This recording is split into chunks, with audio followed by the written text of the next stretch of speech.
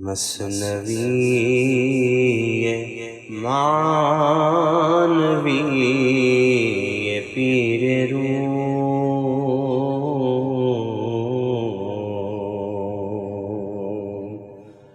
مثنوی معنوی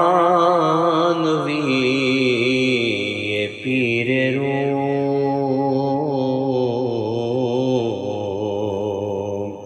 ہست گنج راز عرفان و علوم۔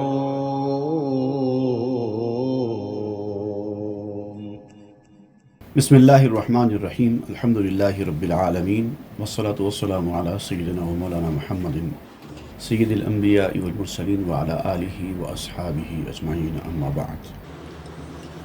گزشتہ کا تسلسل آج جاری رہے گا، اور گزشتہ جہاں پر بات رکی تھی اس میں مولانا روم یہ بتا رہے تھے کہ محبوب کی جستجو کرنے والوں کے لیے دل کا درد ضروری ہے۔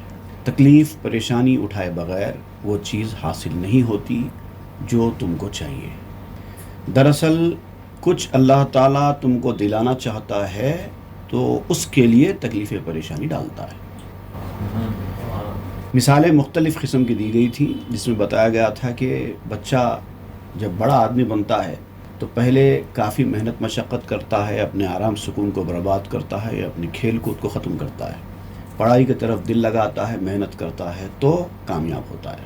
تاجر پہلے پیسہ لگاتا ہے، محنت کرتا ہے، جب کماتا ہے۔ تو جب تک محنت مشقت کے تکلیفوں کے دور سے آپ نہیں گزریں گے، کامیابی آپ کے قدم نہیں چوم سکتی۔ تو آپ کہہ رہے تھے کہ دل کا جو درد ہے، درد دل سے مراد تکلیف پریشانی اور آرام سے ہٹ کر جو دور ہوتا ہے انسان کا، اس کو کہتے ہیں درد دل۔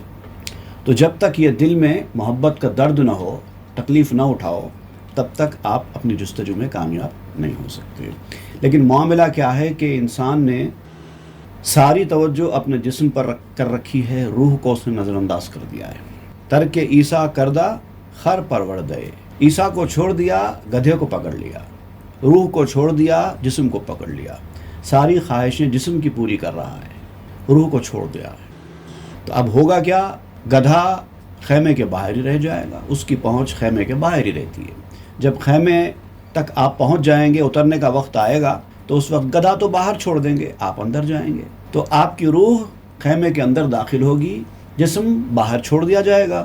جس کے پیچھے آپ زندگی بھر محنت کرتے رہے وہ تو باہر چھوڑ دیا گیا ہے۔ اب جو چیز آپ کے ساتھ گئی ہے وہ آپ کی روح ہے، جس کو آپ نے نظر انداز کر دیا تھا۔ تالے ایساس علم و معرفت، تالے خر نیست اے تو خر صفت۔ علم اور معرفت عیسیٰ کا نصیب ہے۔ عیسیٰ سے مراد روح۔ علم اور معرفت سے روح کی ترقی ہوتی ہے، روح علم و معرفت سے جلا پاتی ہے۔ لیکن تالے خر نیست اے تو خر صفت، اے خر صفت انسان، گدھے کی صفت والے انسان، یہ گدھے کو نہیں ملتی علم و معرفت۔ علم و معرفت کا محل روح ہے، دل ہے، جسم نہیں ہے۔ تو جسم کے پیچھے بھاگ رہا ہے، جسم کی آرام کی فکر کر رہا ہے، جسم کی خیالداری کر رہا ہے، اور روح تیری ترقی سے محروم ہوتی جا رہی ہے۔ تو جسم کو تکلیف پریشانی میں ڈال، روح ترقی کرے گی۔ سواری کو تکلیف اور مصیبتوں میں ڈال، چابک مار، تھکا گھوڑے کو، تب جا کے تو منزل پر پہنچے گا۔ نالے خر بشنوی رحم آیدت، بس ندانی خر خری فرمایدت۔ تو کیا کرتا ہے پتہ ہے؟ گدھے کا رونے کو سنتا ہے، گدھے کی شکایتوں کو سنتا ہے، گدھے کی پریشانیوں کا خیال کرتا ہے، تجھے رحم آ جاتا ہے۔ تیرا نفس، تیرا جسم مختلف قسم کی فرمائشیں کرتا ہے، اور تو وہ فرمائشیں پوری کر دیتا ہے، اس کے رونے کے اوپر تجھے رحم آ جاتا ہے۔ حالانکہ وہ گدھا جو تیرے جسم کا، تیرے نفس کا ہے، وہ رلائے جانے کے ہی قابل ہے۔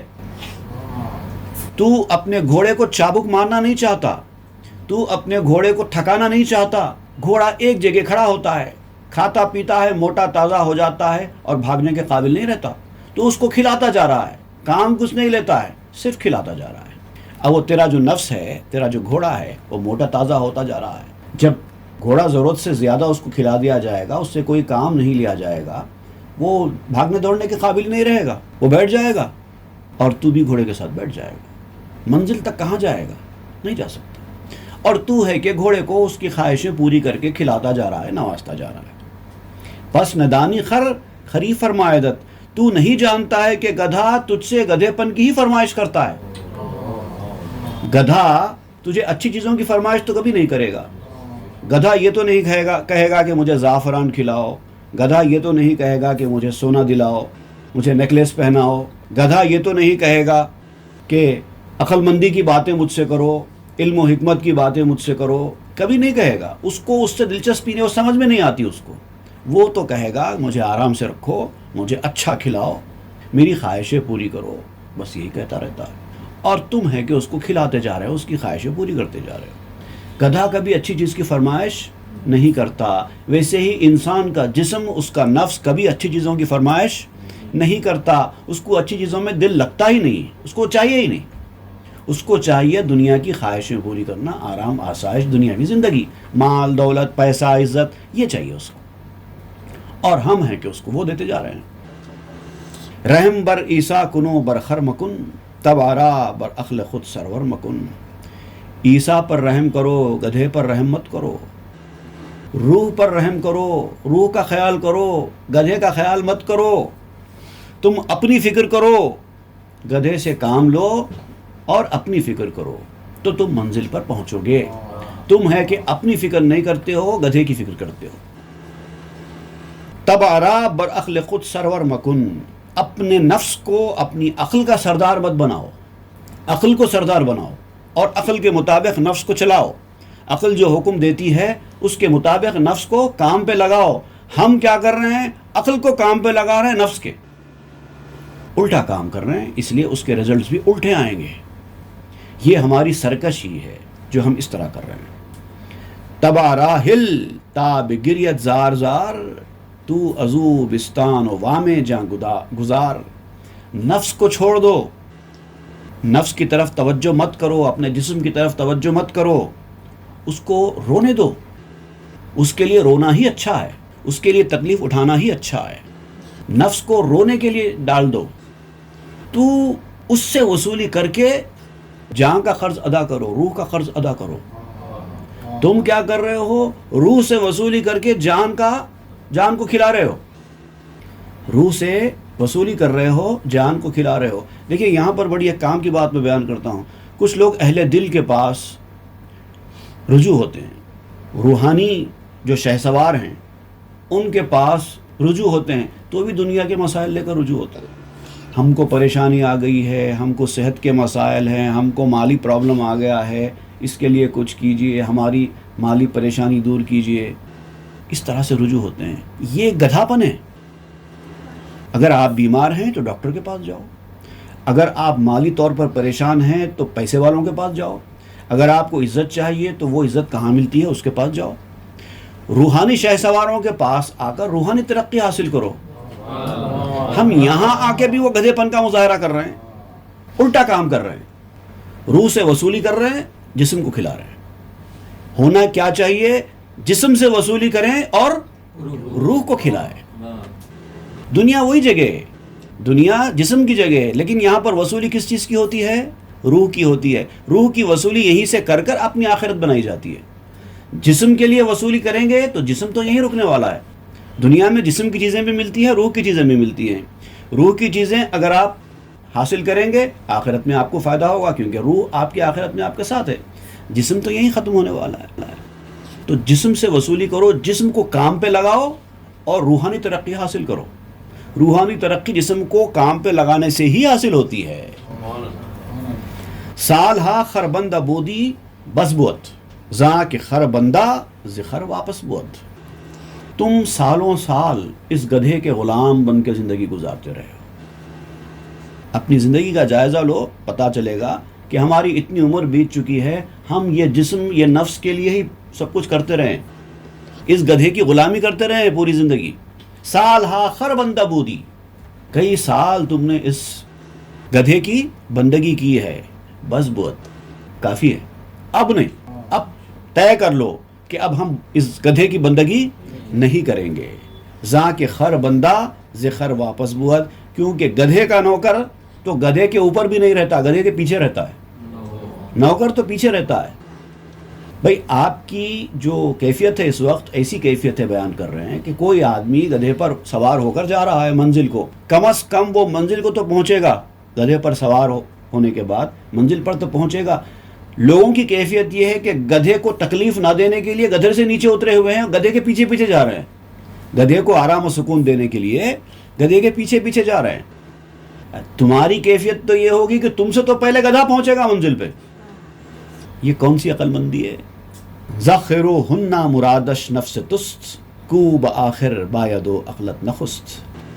ایک عربی میں کہاوت ہے، اکثر لوگ اس کو حدیث شریف کہتے ہیں، اخرہن حیث اخرہن اللہ. عورتوں کے بارے میں ہے کہ عورتوں کو کوئی بھی چیز آپ بتاؤ تو ان کی الٹی کرو، ان کی بات مت سنو، کیونکہ اللہ نے کہا ہے کہ ان کی بات مت سنی جائے، نہ سنی جائے، کیونکہ عام طور پر عورتیں انسان کو غلط راستے پر ڈالنے کا ذریعہ بن جاتی ہیں. عورتوں کی فرمائشیں نفس کی فرمائشوں کی طرح ہوتی ہیں، یہ ہونا، وہ ہونا، ایسا ہونا، ویسا ہونا. اس کے پیچھے انسان اپنے آپ کو برباد کر لیتا ہے. حالانکہ یہ حدیث نہیں ہے. کہا جاتا ہے کہ یہ حضرت عبداللہ ابن مسعود کا قول ہے. وہ بھی صحابی رسول ہے، چونکہ صحابی رسول بھی ان کے قول کو بھی حدیث کا درجہ دیا جاتا ہے، اس لیے اکثر علماء نے اس کو حدیث لکھا ہے. کشف الخفا جلد نمبر 1 میں صفحہ نمبر 67 میں یہ بیان کیا گیا ہے، 67 پیج نمبر. مرفوع حدیث نہیں ہے، یہ عبداللہ ابن مسعود کا قول ہے. عبدالرزاق نے اس کو بیان کیا، طبرانی نے اس کا ذکر کیا ہے. تو آپ کہتے ہیں نفس کا معاملہ بھی ایسے ہی ہے. نفس کو پیچھے رکھو، نفس کی بات مت سنو. نفس اگر آپ کو کوئی خواہش کرتا ہے اس کو کاٹو، توڑو. امام بوصیری رحمۃ اللہ علیہ نے فرمایا قصیدہ برد شریف میں، وَخَالِفِ النَّفْسَ وَالشَّيْطَانَ وَعْصِهِمَا وَإِنْهُمَا مَحَضَاكَ النُّصْحَ فَاتَّهِمِ. نفس اور شیطان دونوں کی مخالفت کرو. نفس جو کہتا ہے، آپ کو جو خواہش ہوتی ہے، اگر ایک چیز کی خواہش ہو رہی ہے اس کا الٹا کرو. شیطان کے ساتھ بھی ایسے رکھنا ہے، جو کہا جائے اس کا الٹا کرنا. کرنے کے لیے کہا جائے مت کرو، نہ کرنے کے لیے کہا جائے کرو، الٹا برتاؤ کرو. اسی طریقے سے آپ کی ترقی ہوگی. تو نفس کو پیچھے رکھو، کیونکہ وہ پیچھے ہونا ہی چاہیے. عقل کو سامنے رکھو. عقل لیڈ کرے، نفس لیڈ نہ کرے. نفس لیڈ کرے گا تو آپ کو بربادی کی طرف ہی لے جائے گا. عقل لیڈ کرے گی تو نفس بھی پاک ہو جائے گا. ہم مزاج خرشدستی عقل پست، فکر شی کے چوں الف آرم بدست. یہ پست عقل گدھے کی مزاج کی ہو گئی ہے. کیوں کہ گدھے کی تابع داری کرتی آ رہی ہے. عقل حالانکہ بڑی بہترین چیز ہے انسان کی، لیکن گدھے کی تابع داری کرنے کی وجہ سے عقل کے اندر بھی گدھے کی صفات آ گئی ہیں. اب انسان کی عقل بھی گدھے کی طرح سوچ رہی ہے، چارہ کدھر سے آتا ہے، کلیکٹ کرو، جمع کرو. پیسہ پیسہ پیسہ، کدھر سے بھی بس پیسہ آئے، مال آئے، سونا آئے، چاندی آئے، جائیداد آئے. زمین جائیداد، ایک جائیداد ہو گئی 2 جائیداد کی فکر، 2 جائیداد ہو گئے 3 جائیداد کی فکر.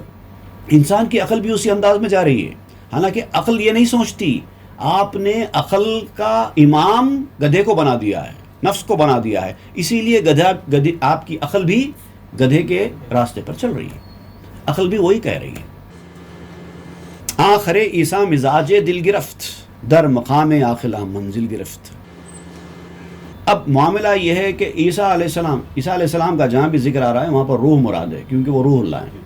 تو عیسیٰ کے گدھے نے دل کا مزاج حاصل کر لیا ہے. اب معاملہ الٹا ہو گیا ہے. آپ کی عقل نے گدھے کا مزاج حاصل کر لیا ہے، اور آپ کی روح بھی نفس کے مطابق فرمائشیں کر رہی ہے. جبکہ جو عیسیٰ ہیں، جو روحانی شہسوار ہیں، ان کا معاملہ الٹا ہو گیا ہے. ان کا نفس بھی دل کی طرح کی فرمائش کرتا ہے. روحانی باتیں ہی ان کا نفس چاہتا ہے، اچھی چیزیں ہی ان کا نفس چاہتا ہے. در مقام عاقلہ منزل گرفت، عقل مندوں کے مقام میں جگہ بنا لی ہے. ان کے نفس نے بھی عقل مندوں کے مقام میں جگہ بنا لی ہے. اسی لیے جو اہل اللہ ہوتے ہیں ان کے دل میں آنے والی بات بھی استخارے کا حکم رکھتی ہے. یہی وجہ. ہمارے دل میں جو بات آئے وہ استخارے کا حکم نہیں رکھتی، کیونکہ ہمارا دل بھی نفس کی تابع داری کر رہا ہے. جبکہ ان کا معاملہ اس کے بالکل برعکس ہے. ان کا نفس بھی روح کی تابعداری کر رہا ہے, دل کی تابعداری کر رہا ہے, اسی طرح کا ہو گیا ہے. ان کا نفس بھی روح کی طرح کا ہو گیا ہے, وہ وہی فرمائشیں کرے گا جو روح کرتی ہے. اس لیے حضرت خواجہ محبوب اللہ رحمۃ اللہ علیہ کا ایک شعر ہے, فرماتے ہیں اے خلق دل سے پوچھئے ہو پوچھنا اگر, رکھیے اٹھا کے طاق میں جھگڑا کتاب کا. یہ کتاب کے ذریعے استخارہ دیکھنے کے بعد اٹھا کے طاق میں رکھ دو, اس کی ضرورت نہیں ہے.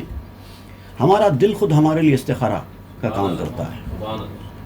ہمارے دل میں جو بات آئے گی وہ روحانی بات ہی ہوگی, کیونکہ ہم نفس کی تابعداری نہیں کرتے. زاں کے غالب عقل بود و خرضیف, از سوار زفت گردت خر نحیف. کیونکہ عقل غالب تھی اور گدھا کمزور تھا.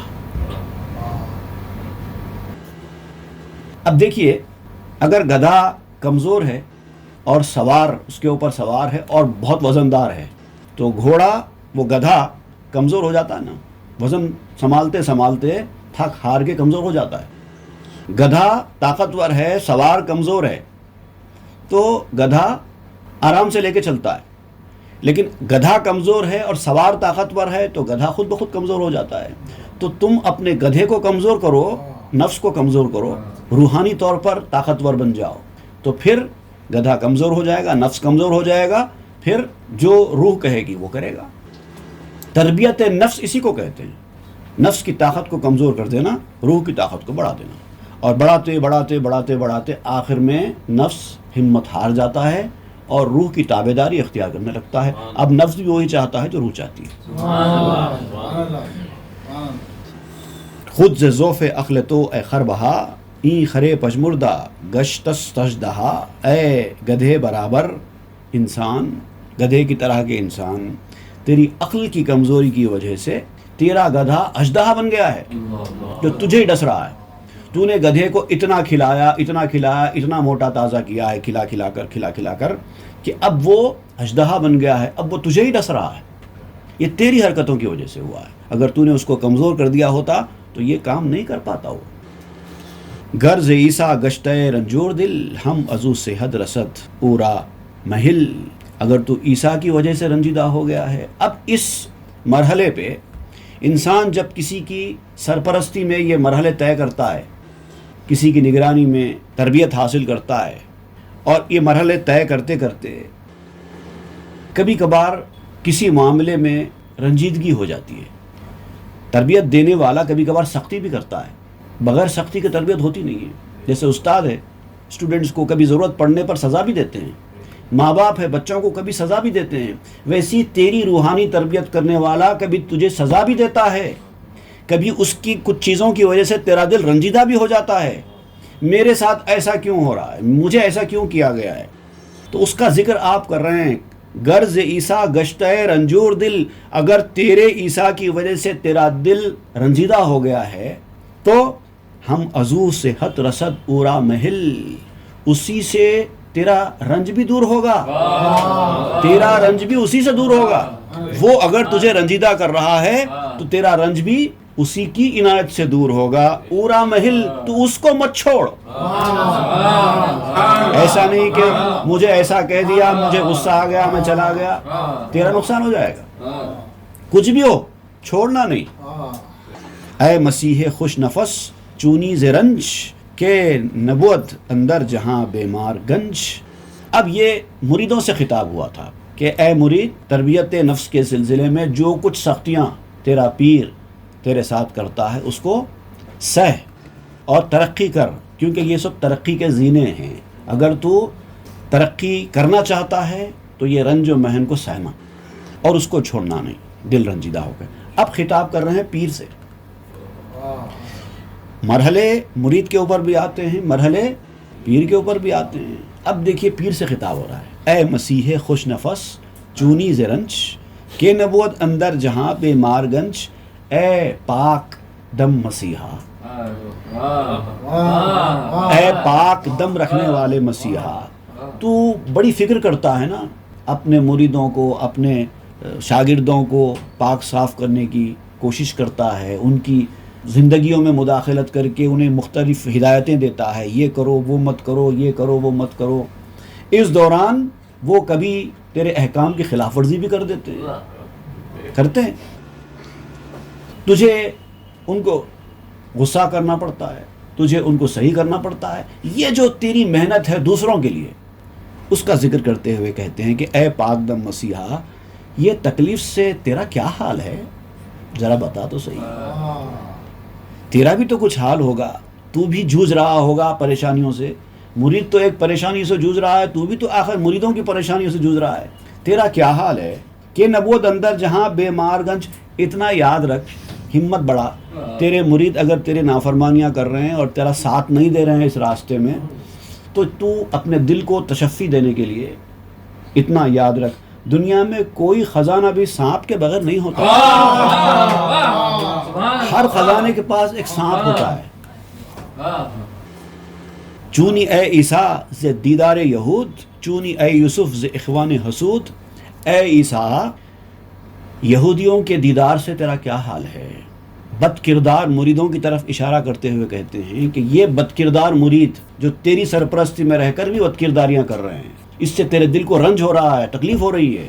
حال پوچھ رہے ہیں ان بد کردار مریدوں کی وجہ سے تیرا کیا حال ہے اے عیسیٰ. جیسے عیسیٰ علیہ السلام کو تکلیف پہنچائی تھی یہودیوں نے، تو یہ بھی یہود ہے، تو بھی عیسیٰ ہے.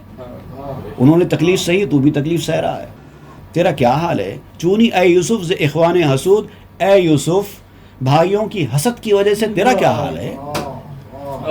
یہ بد عمل مرید ہیں جو وعدہ تو کرتے ہیں نیک عمل کا، لیکن اپنے وعدہ فراموشی کر دیتے ہیں. وہ بھی تو بھائی تھے یوسف علیہ السلام کے جنہوں نے حسد کیا تھا. یہ بھی تمہارے مرید ہیں، تمہارے دینی بھائی ہیں. اس سے بھی تم کو تکلیف ہو رہی ہے، اس لیے ہم تمہارا حال پوچھ رہے ہیں، کیا حال ہے؟ تو شب و روز از پے این قوم غمر، چون شب و روزی مدد بخشائی عمر. تو رات دن اس بے وقوف قوم کے پیچھے پڑا رہتا ہے. تو اپنی عمر لگاتا ہے، تو ان کے پیچھے محنت کرتا ہے، تو ان کو ضروری ہدایتیں دیتا ہے، اپنا سب کچھ ان کے پیچھے لگاتا ہے، دن رات انہی کی فکر کرتا رہتا ہے، ان کو زندگی بخشتا ہے.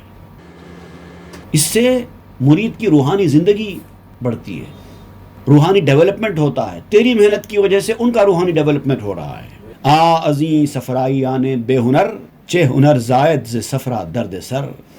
لیکن ان بے ہنر صفراوی مزاج والوں پر افسوس ہے، ان کا صفراوی مزاج ابھی جاتا نہیں ہے. کتنی کوشش کر رہے ہیں کہ ان کا صفرا دور ہو جائے، لیکن ان کا صفرا دور نہیں ہوتا. افسوس ہے ان کے اوپر کہ ایک شخص تمہاری ایک ایک چیز کی فکر کر رہا ہے اور اس کو ہی تم اہمیت نہیں دے رہے ہو. افسوس ہے ایسے لوگوں پر. چہ ہنر زائد ز صفرا درد سر. صفرے سے کیا ہنر پیدا ہوتا ہے؟ ایسے صفراوی مزاج والوں کو تربیت دیتے ہوئے تم جو اپنا وقت لگا رہے ہو، تم جو اپنی محنت کر رہے ہو، اس سے تم کو کیا حاصل ہو رہا ہے سوائے درد سر کے؟ اور کچھ نہیں ہے. تم سر میں درد ایک نیا پال لیے ہو. اب آپ اتنا سب کہتے ہو، یہ نہیں کہہ رہے ہیں کہ ان کو چھوڑ دو.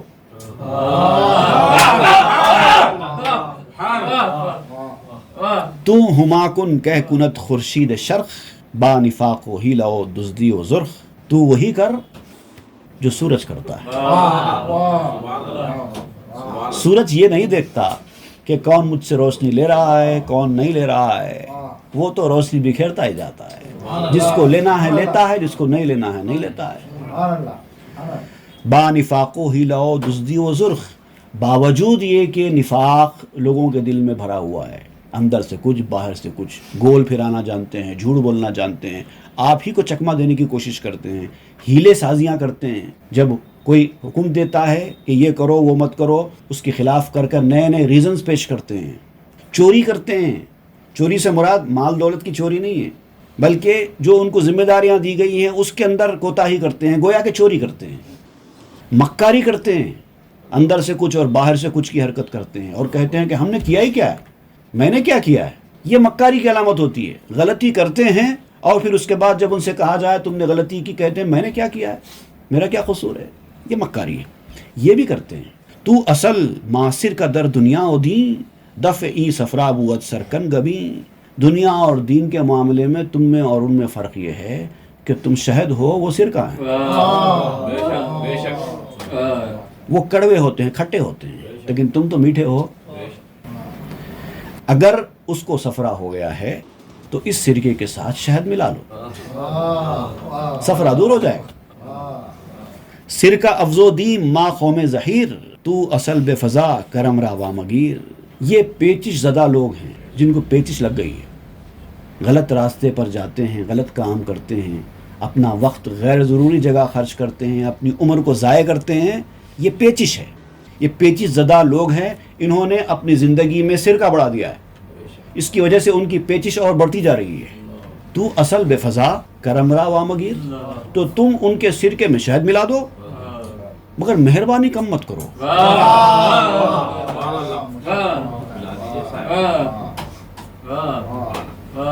ای سزید از ما چنی آمد زما، ریگ اندر چشم چه فزاید اما۔ اب مرید کی زبان میں آ کر کہتے ہیں کہ ہم اسی لائق تھے، اسی لیے ہمارے ساتھ ایسا ہی ہوا۔ ہم نے ریت اپنی آنکھوں میں ڈال لی، ہم کو پتہ نہیں تھا یہ کیا ہے۔ ریت ہم نے اپنی آنکھوں میں ڈال لی، اور ریت آنکھوں میں ڈالنے سے کیا ہوتا ہے؟ اندھا پن آ جاتا ہے۔ ہم نے اپنے ہاتھوں سے اپنے آپ کو اندھا کر لیا ہے۔ آ صدد استو ایا کہل عزیز کے بیابت استو ہر ناچیز چیز۔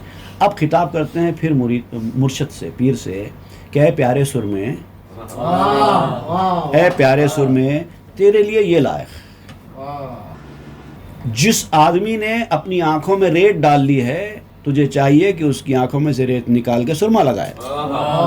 ریت سے بینائی چلی جاتی ہے، آدمی اندھا ہو جاتا ہے، سرمے سے بینائی بڑھتی ہے۔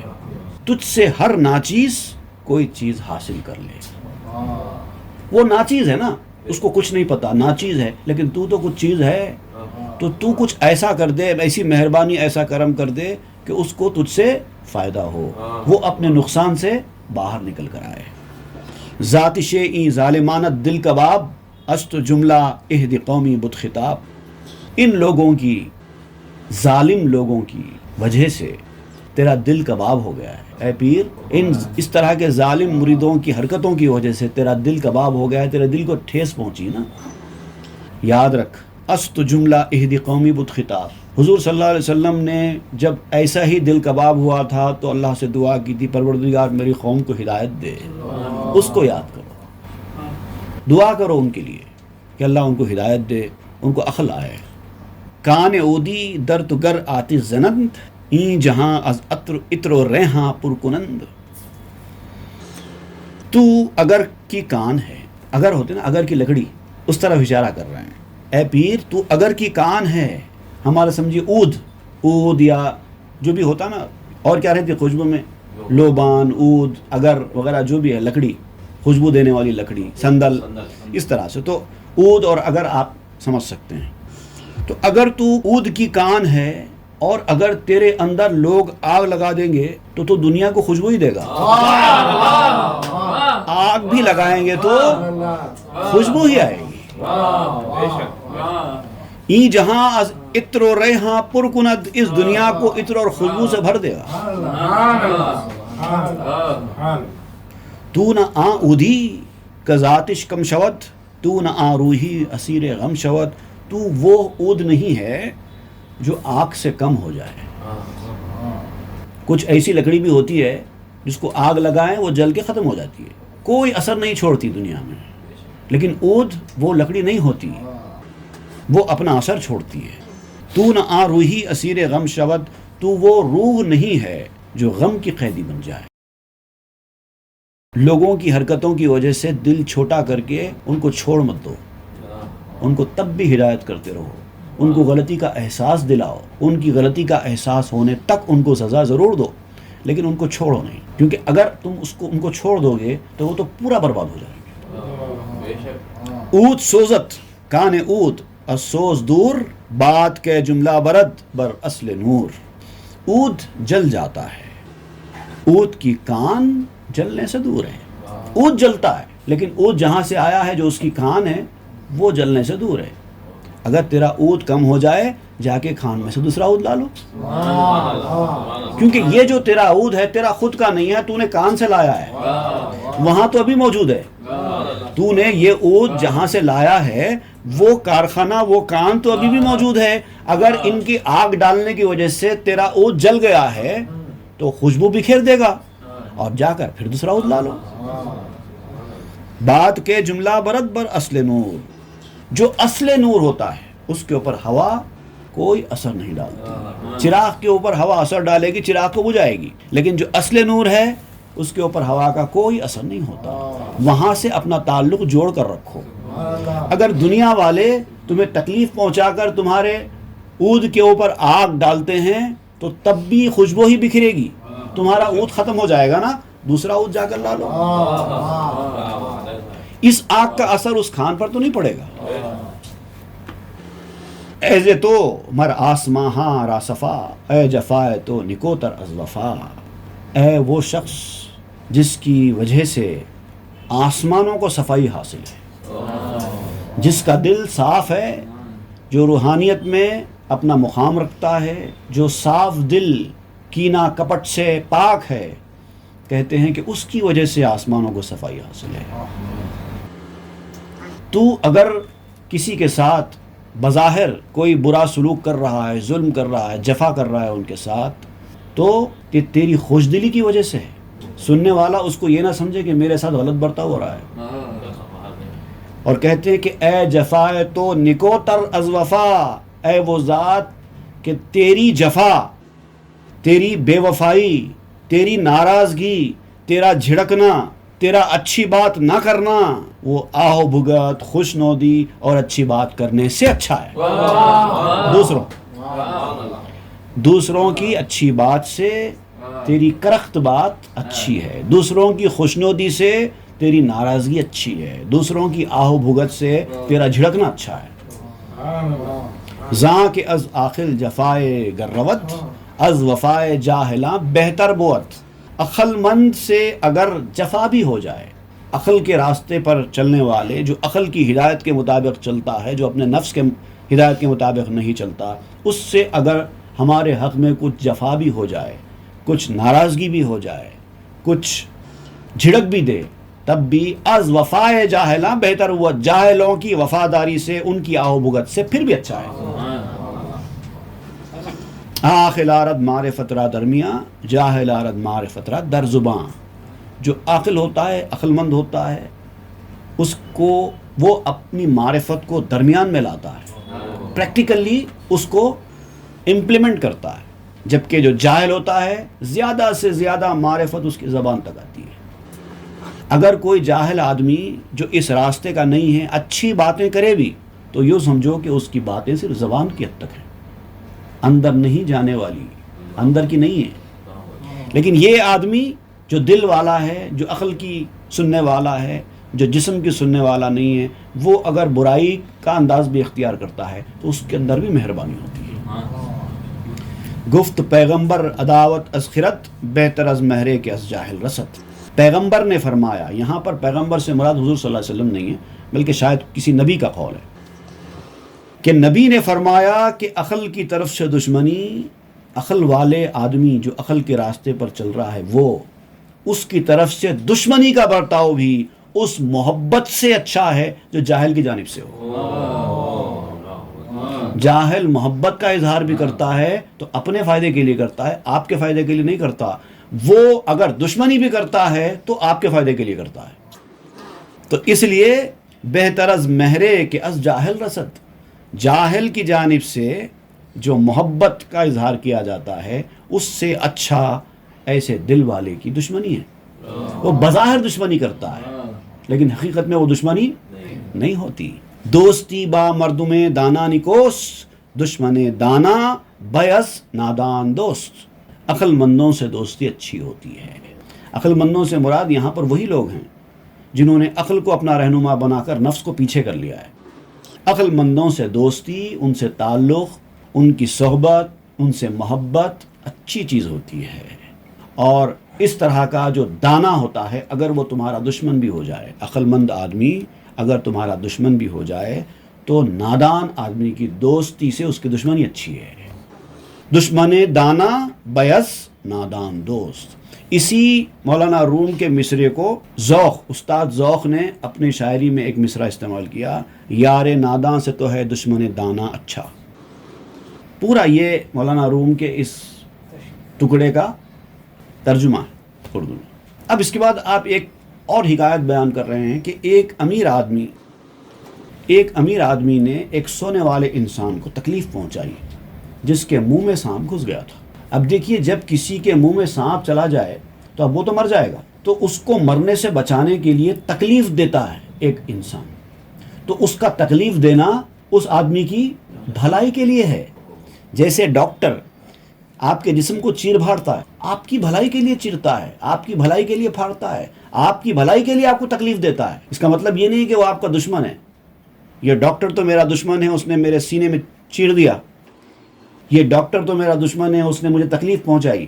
چھوٹے بچوں کی ذہن ہوتا ہے, وہ بڑا آدمی نہیں کرتا. وہ سمجھتا ہے کہ یہ تکلیف بھی میری بھلائی کے لیے مجھے پہنچائی جا رہی. یہ حکایت انشاءاللہ آپ بیان کریں گے تو ہم آئندہ کے درس میں پڑھیں گے. وصلی اللہ تعالی علی خیر سیدنا محمد وآلہ واصحابہ اجمعین والحمد للہ رب العالمین. مثنوی معنوی پیر روم